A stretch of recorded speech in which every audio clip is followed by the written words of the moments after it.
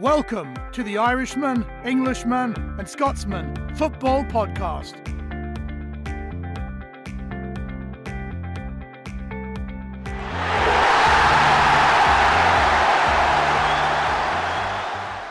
Hello and welcome to the Irishman, Englishman and Scotsman Football Podcast. A truncated trio tonight with myself, Finno, Kev and Joe joining us as well throughout. How are you guys getting on? All good, thanks. Good. So, whilst the focus of a lot of players and media slowly turns to the Euros, we've still got a lot to play for in the Premier League and a full midweek slate of games. We kick off tonight with the early games. Relegated Fulham go to Old Trafford. Do we expect really anything here other than a United win, or can Fulham spring a bit of a surprise as United look towards their final against Villarreal? Obviously, so Fulham played Southampton last, and I was expecting them, now they'd been relegated, I thought they may be a bit more free, play with a bit less pressure, but it was exactly the same Fulham that we'd seen for all the season. They had lots of the ball, had lots of possession, created lots of chances, but just could not score. And then so Southampton just kind of ended up picking them off. And I'd expect exactly the same to happen here. I don't think Fulham will embarrass themselves, but I think United will just have far too much. Although, as Kev called it last week with the Sheffield United game, sometimes there are some very strange results at this time of the season, so I wouldn't rule them out, but you'd think surely Man U will win. Yeah, I think you're probably right. But actually, one of the more interesting things is the goalkeeper selection, isn't it? That's probably one of the big questions for United coming up. So De Gea is in tonight, I see. I don't know if that means anything or not. I don't know if he's getting the gloves back for the final. Maybe, but it'll be interesting. I think if if there's a clean sheet tonight, then obviously that's going to stand in his favour. So that might be one of the things for the neutral to look out for, is not just whether it's a United win, but whether if it's a 4-3 or whether it's a nice comfortable 2-0. Yeah, and Joe, I think you were spot on earlier. Said a couple of weeks ago, I think, about the number of loan players that Fulham have. And I think that probably also lends itself to this idea that they're probably already sunning themselves on a beach mentally somewhere. They're probably fully checked out. So yeah, I mean, personally, I would expect Man United to probably go on and win. I guess we just shouldn't forget that. So Man U have lost 2 games in a row. They've played so many games. I don't think they do not want this game tonight at all. They want to just get it out of the way. So let's see what happens. Well, Joe, Southampton are also playing tonight, playing Leeds at St Mary's as well. And you did think that Southampton could go on a bit of a run, and it started off pretty well against Fulham. Was it a good performance? I mean, you alluded to it there. Was it a good Southampton performance, or were really Fulham's heads kind of down? No, I'd say it was a good Southampton performance. It was much more of what we saw in the first half of the season. And what was nice to see was that they backed up the positive win against Palace with another good performance. Great to see, Shadham score again, Walcott, Teller. So I think today Walcott's announced that he's signing permanently for 2 years, which is really positive. Ryan Bertrand is also leaving, which I think could be a positive thing as well. He's been there many, many years, been a fantastic servant to the club, but I think it's maybe time for a bit of fresh legs. Having said that, Leeds are on a roll, aren't they? Core, they're playing so well. I think it'll be a really good game, actually. I think there'll be lots of goals in this one. But I think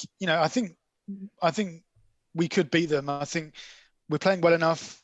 We've got a lot of speed in our attacking areas. And I think, as we saw in the first half of the season, when Southampton get on a roll, we can just reel off victories back to back. So, yeah, wouldn't put it past us beating them. And also congratulations to Theo Walcott for scoring his first home goal in over 15 years or something like that. It really, I'd love to be there tonight. So there's going to be 8,000 fans at St Mary's tonight. It's just going to be so jealous. It will be a fantastic atmosphere, I think. Definitely. The champions go to the South Coast tonight with Brighton kind of riding high after killing West Ham's Champions League dreams. I thought City looked a bit lacklustre at times against Newcastle, but obviously what a performance from Ferran Torres with a hat-trick and some exquisitely taken goals. Do we think, though, that Guardiola will start to rotate his team as he looks for the fitness for this Champions League final? I know that they've talked about a cold decision to be made about Aguero maybe starting or being in the squad. Does he have one or maybe both eyes on the Champions League final? Yeah, I mean, I think absolutely right. I think you hit the nail on the head with the Torres thing. I think this is interesting, right? Because he looks like he might be a player, right? You look at him and you think, there's a footballer in there. Whether it's enough to convince Guardiola, who's obviously one of the hardest men to please, or not. So yeah, I think we might, even though he's going to, rotate. I haven't seen the team news for this, but I'll be keeping my eyes on Torres just to think if that might be the future, rather than another big striker coming in next year as a sort of almost like a sort of like for like replacement for Aguero. Guardiola might just decide he doesn't need to do it, So it's going to be interesting to see if if he puts a little run together. I think as well, what was quite interesting from Guardiola as well is he alluded to the idea that there's a few players that aren't particularly happy with their playing time at Man City and that they might have to be moved on to satisfy their playing ambitions. And so actually we might start to see a totally different City team going forward, but that's definitely one to look out for in the summer. I think we can probably all agree that the biggest game of this midweek comes at 8:15 UK time at Stamford Bridge. Essentially, I think this really decides who has Champions League football in their own hands. Chelsea against Leicester, the FA Cup final will have definitely had some impact on this one, surely. I mean, I wouldn't really be surprised to see Chelsea come out and try and set things straight. For me, anyway, the big thing is actually the amount of emotional energy that will have been expended by Leicester, because obviously it's been a hugely emotional last few days with winning the trophy. And you often see that where there's a bit of a post-final slump for the winners immediately after. But that being said, if they do get a result here, that's Champions League football again for Leicester. So do you think that Rodgers can get his team back up for the tie? I think I saw some images. Was it Jamie Vardy? He was in a McDonald's in the early hours of the morning. I think you're right. I think Leicester will have used up so much emotional kind of energy. I can't see them backing up winning this one as well. They were so good in the FA Cup final. So pleased for them.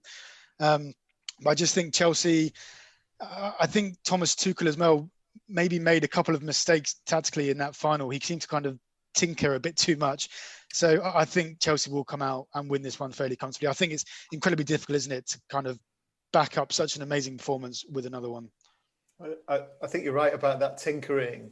And what's the phrase? Seem to pay too much respect to is the one the pundits use, don't they? But it did feel a bit like that. I think Chelsea on their day are much, much stronger than Leicester. We all love watching Leicester. They're one of those sides, have got such a lot going for them. They're such a feel-good club. But I think a Chelsea side of this quality and that has been, assembled on this scale should have been able to actually steamroller Leicester, at least to the extent, or rather, maybe that's not fair, but they should have been prepared to play them on their own terms, right? I don't think they should have been, I don't think he should have been changing the team so much to think, how do I neutralise Jamie Vardy? I don't know what the stats are, but can you remember how many goals Jamie Vardy scored recently? I mean, it's not that many, is it? And to change your whole team lineup to put a man on Vardy, I think he'll look back on that. I think he'd be very disappointed with that decision. But again, having said that, that might just play into Leicester's hands with this, which, it's terrible to say, isn't it? But arguably is the more important game because, Chelsea win this and, like you say, it's in their hands. Leicester lose it, and I think they can still do it with a win, can't they? Regardless of what Liverpool do, but they would have to score a couple more goals than Liverpool, as long as they don't get tonked tonight. If it's only by one goal, so actually that's another interesting little side note, isn't it? What happens if Leicester go one goal down, and say it's like 15, 20 minutes to play? Do we see them go hell for leather, or do we sort of say, well, actually 1-0 is not terrible because we're still in it more or less? Let's see. The pressure is really on Chelsea now, isn't it? Because very quickly they could go from potentially winning the FA Cup, Champions League football, winning the Champions League, to having none of it. So the pressure is really on them, I think, now. So they've gone from the FA Cup final, they've come away with nothing. If they finish fifth and they don't get Champions League football, and as you would potentially expect on paper for them to lose the Champions League final to a dominant Man City, where does that leave Thomas Tuchel? Do they sack him and start again? Because that's often how Chelsea teams, or that's how often Chelsea operate. So it's very interesting. Wednesday kicks off with hopeless at-home Everton entertaining Wolves at Goodison. Kev, you were spot on again. For whatever reason, Everton just can't get it together at Goodison. Whatever it is, it does need fixed next season because I think, when fans start to come back, I don't think it's going to be as easy for teams like Everton to be picking up points away from home. So, yeah, how do you see this one playing out, Kev? Do you think that Everton are going to continue their sorry state of run? Maybe not, just because it's a case of, reversion to mean. Sorry, that phrase that I've used once or twice. I mean, unless there really is something sort of fundamentally wrong with them, with them being at home, and it's become like it did for Liverpool a little while in the season. Even then, maybe it's time they turn it around. But isn't it just all so, disappointing for Everton? If you're an Everton fan, because, and I say this with no glare or anything like that, because it was, I've said a few times, it was great to see them really mixing it at the top of the table, and we were all so excited at the start of the season. They really, Ancelotti, obviously, you bring in Ancelotti not for a mid-table finish, right? It was all going according to plan. The investments it seemed to be extremely wise. They've got they've got this coach who's obviously got something about him, this little bit of, whatever it is about him. And, with Calvert Lewin and so on at the start of the season, you just sort of thought, wow, this is a team, isn't it? And now, for it all to end in 10th or 11th, something like that, that's going to be hard, I think, for them to pick themselves up, just because what do you do next? It seems to be such an opportunity this season. Probably won't get the same opportunity next season. So what do you do? I just think it's going to be hard for them.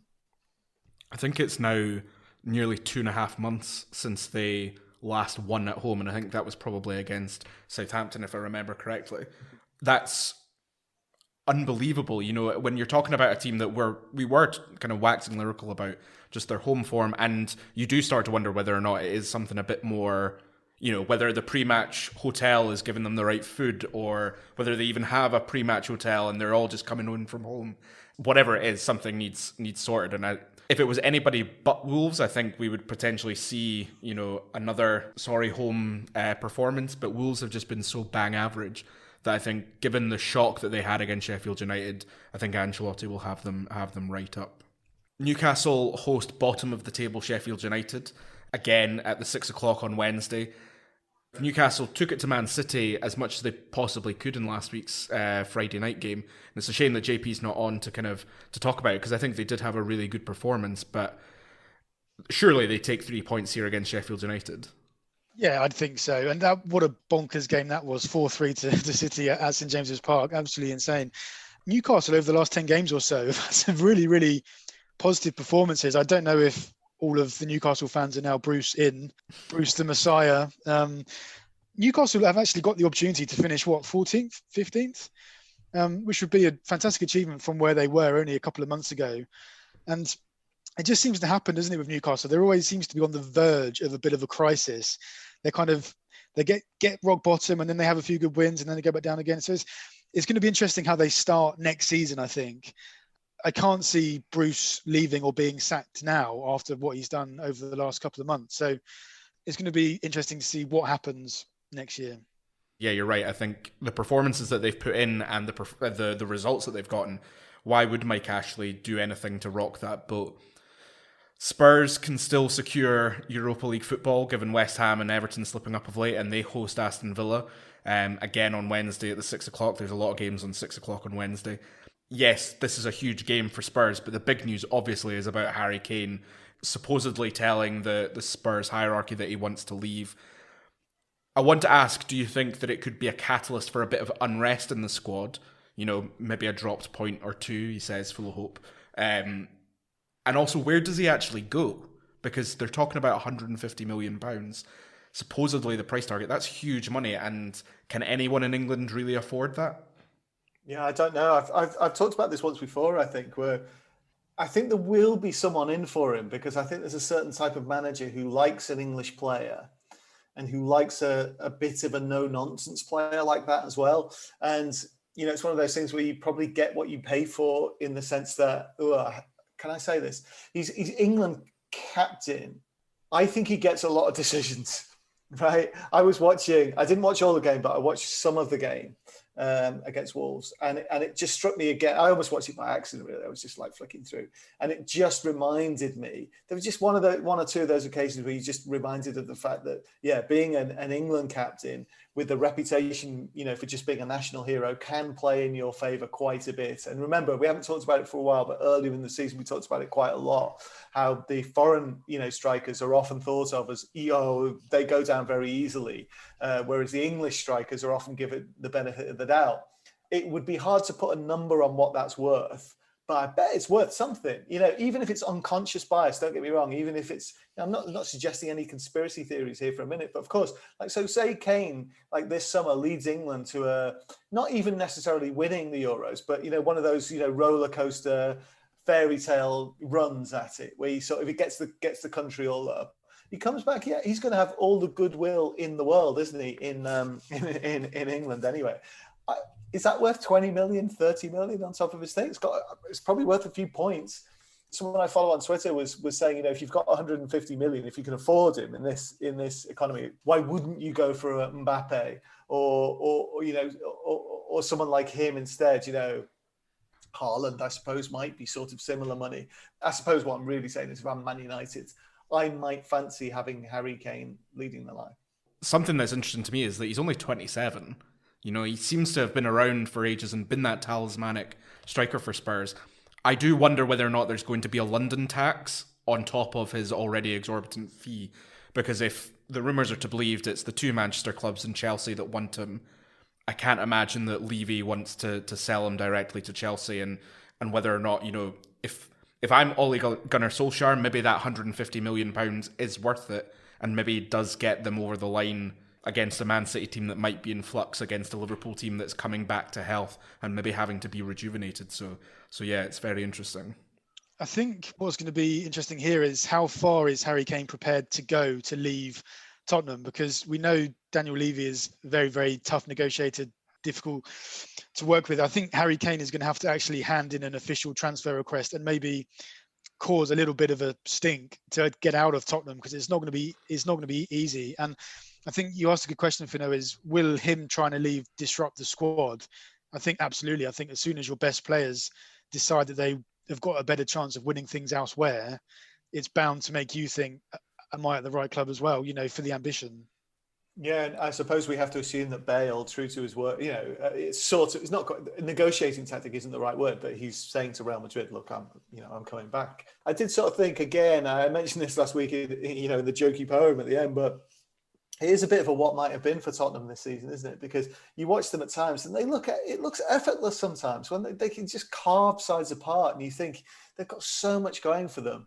Don't forget, there's still a very, very outside chance, I think, that they could qualify for the Champions League. So we shouldn't rule that out. If the other results go their way, I think they can get into fourth. So, it's not inconceivable. And let's see, maybe even after Wednesday, it's not so ridiculous, if they win and the other results go their way. So we'll see. But yeah, assuming that that's not likely, I still think they need to finish on a little bit of a high, and they definitely have to be in Europe, don't they? Palace v Arsenal follows the early games on Wednesday, which it's now confirmed to be Roy Hodgson's last home game as Palace boss after 4 years managing supposedly his boyhood team. I didn't know that until I read the official statement. Arsenal have 3 wins on the bounce, and there was me calling them the Jekyll and Hyde team of the Premier League. But they are also looking pretty unlikely to make it into the European spots at all. So I suppose, is this game just a case of Arsenal trying to finish as strong as they can and look to regroup next year? If you think about how well Newcastle did against Man City, there's Joe Willock there. Is it a case of looking to next season, I suppose? I'm not sure if Arteta's done enough, this season. You think if he was at any other supposedly big club, he'd have been gone months ago. And I think winning a few games towards the end of the season when lots of the sides are already on the beach, while it may look good on paper and be a fairly decent point haul, I just don't think they've progressed enough at all this year. I don't think the squad's good enough. And, I think Arteta, maybe the job just came a little bit too soon for him, So I think they probably will beat Palace, but I still think there's so many questions to be asked. And on Roy Hodgson, it just seems like a bit of an end of an era, doesn't it? He seems to have been in the Premier League, for the last 10 years or so? Fulham, West Brom, Liverpool. I think everyone loves Roy Hodgson, don't they? He just seems a good guy, good coach. So it would be a great shame to see him go. And I actually worry for Palace next year. I think they could be one of the teams to go down next year.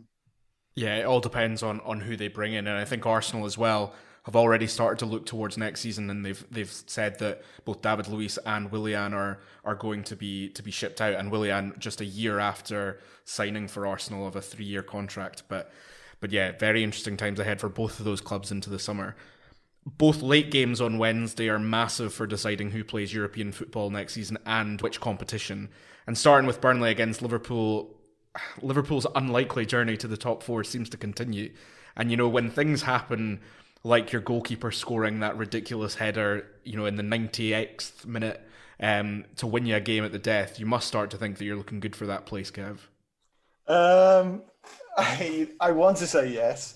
All I'd say instead is, yeah, why not? Your goalkeeper scoring in the 94th minute this season, because this season's had absolutely everything else. And that's the only, there's no rhyme or reason to it, is it? It was just one more insane thing to happen in this ridiculous, stupid, crazy, unpredictable, absolutely can't decide what the hell's going on season, So that's, no one in Liverpool, no Liverpool fans thinking that this is destiny or anything like that. I think Joe identified, like the previous week, Liverpool had not played very well, in beating Southampton. Liverpool played pretty well, actually, against Man United, against a very tired Manchester United. And even then, certainly didn't have it secure until very, very late in the day. This was one of those games that felt like, against West Brom, that felt like, a bit like last year before they suffered that first defeat. So when it felt like they would find a way to win no matter what. And at that stage last season, so before the big break for COVID, it felt like those Manchester United sides, from under Fergie, the great Man United sides, when Schmeichel, another goal-scoring goalkeeper, by the way, were in their heyday, and they had this confidence about them. We thought that we'll press, it'll be relentless, and eventually something will come our way. And yeah, it sort of felt like that again at the end. But again, they're giving themselves an uphill struggle, so they have to win these last 2. And Burnley away, I've said this before, Burnley away in the past, so before last season and before the second half of the season before, this was the sort of game that Liverpool came unstuck in, right? Burnley away was always one of those games that would be profoundly difficult for them.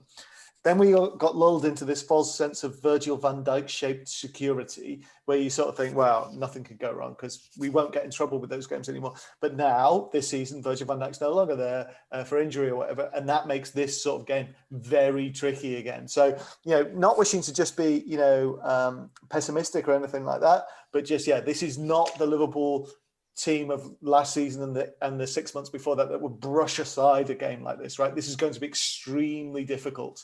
It might be a 1-0, it might be a 2-1. Either way, I think it's going to be very, very hard. But, they gave themselves this horrific mountain to climb, so let's see if they can finally do it.